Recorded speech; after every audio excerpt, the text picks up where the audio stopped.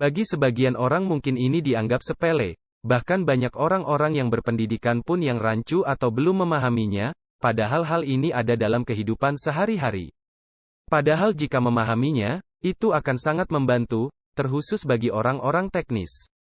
Kali ini saya akan membahas satuan volt, ampere, watt, ohm dan mAh dalam kelistrikan yang dikonsumsi oleh peralatan Anda di rumah secara jelas dan terperinci.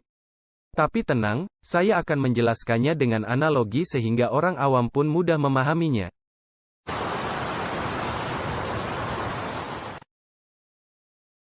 Sebelumnya kita ambil analogi, jika dalam bak terisi air, dan ketika semakin tinggi air, maka akan semakin besar pula tekanan terhadap lubang keran, misal tinggi air 80 cm, maka 80 cm adalah analogi dari tegangan 220 volt dari listrik yang ada di rumah. Dan sekarang kita pikirkan tentang kecepatan air yang keluar dari keran tersebut.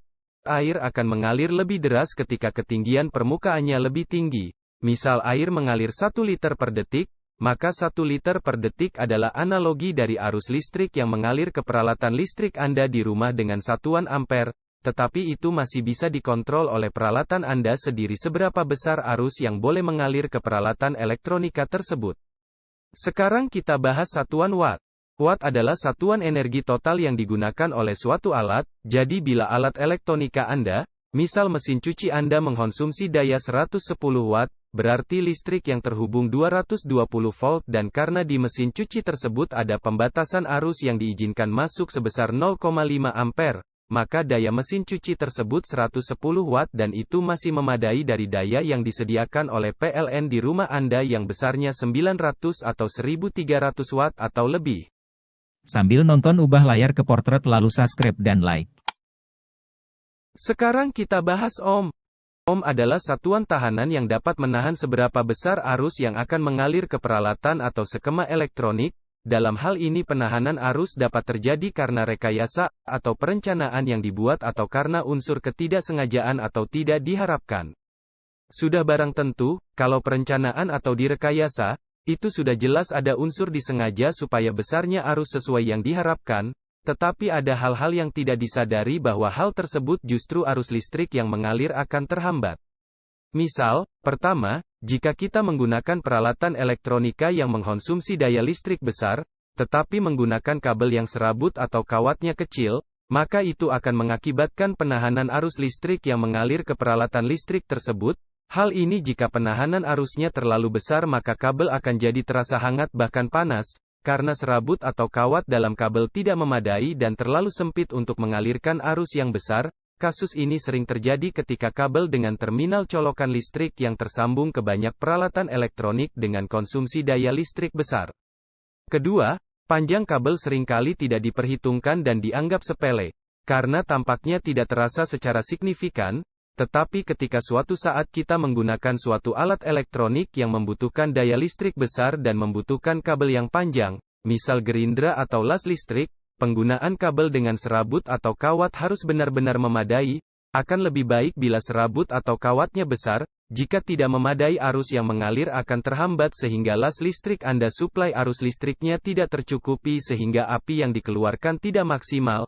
Jika diambil analogi air yang ada di bak tadi, misal, ketika keran air dipasang selang yang pendek, maka air akan mengalir dengan normal. Tetapi jika selang tersebut panjang, maka aliran air akan lebih kecil. Satu-satunya cara supaya air mengalir normal pada selang yang panjang, maka kita harus menggunakan selang yang besar supaya besarnya lubang tersebut tidak menjadi hambatan untuk air yang melewatinya. Ketiga, jenis kabel. Hal ini memang banyak tidak kita sadari dari bahan apa serabut atau kawat dalam kabel tersebut dibuat, umumnya tembaga atau perak. Karena itu yang jadi standar yang bagus untuk kabel. Zaman sekarang banyak beredar kabel dengan bahan aluminium yang berlapis tembaga. Hal ini pun bisa mempengaruhi laju arus listrik pada kabel tersebut. Penggunaan kabel tembaga dan aluminium tidak akan terasa jika kabel yang digunakan pendek, tapi akan terlihat signifikan bila penggunaannya panjang, dan jika Anda punya rencana untuk membelinya hal ini patut diperhitungkan. Keempat, sambungan. Sambungan kabel pun tidak bisa dianggap sepele. Banyak cara untuk menyambung kabel dengan benar dan aman, tapi intinya dalam sambungan, serabut atau kawat sambungannya harus benar-benar saling mengikat dan tidak boleh ada kelonggaran. karena itu akan menghambat aliran listrik, bahkan lama-lama akan terjadi panas, karena sambungan tersebut cuma menyentuhkan sebagian kecil masing-masing penampang ujung kawat, sehingga arus listrik hanya mengalir melalui sedikit penampang yang bersentuhan tersebut dan hal itu tidak memadai untuk melintasnya arus listrik dengan normal. Kelima, terminal sambungan atau saklar. Banyak yang kurang menaruh perhatian di sini. Apakah Anda termasuk yang satu stop kontak di rumahnya digunakan oleh banyak peralatan? Hal itu wajar-wajar saja jika kabel dan stop kontak memenuhi syarat, tetapi akan lebih baik jika Anda mengetahui kasus-kasus yang sering terjadi pada terminal stop kontak tersebut, di antaranya. Jika terjadi suara getaran pada stop kontak atau saklar, itu tandanya penampang kuningan di stop kontak dan colokan kurang mencengkram. Ini terjadi ketika dilewati arus besar. Hal ini akan mengakibatkan panas dan melelehnya stop kontak. Cara menanggulangi stop kontak semacam itu, buka stop kontak dan tekan kuningannya sampai jarak lubangnya lebih mengecil, lakukan hal tersebut di setiap lubang. Sekarang kita bahas mAh atau Ah. mAh atau miliampere jam dan Ah atau ampere jam, adalah satuan kapasitas energi listrik yang tersimpan. Masih banyak orang dan teknisi yang memahaminya dengan rancu. Contoh yang sering terjadi mereka masih kebingungan dengan status arus baterai motor, misalkan. Baterai motor 5Ah, masih banyak beranggapan bahwa baterai tersebut cuma bisa suplai arus sebesar 5 ampere. Padahal ampere adalah satuan arus yang sedang mengalir, dan Ah satuan arus yang simpan. Lalu bagaimana kinerja arus pada baterai motor dan apa perbedaannya dengan power supply?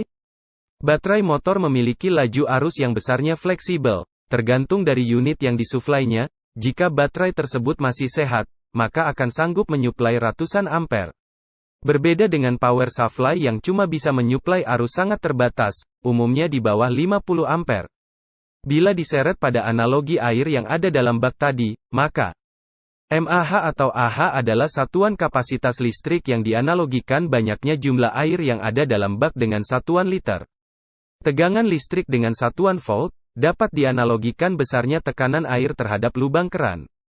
Arus listrik dengan satuan ampere adalah kecepatan laju arus listrik yang dapat dianalogikan kecepatan air dalam bak yang mengalir keluar.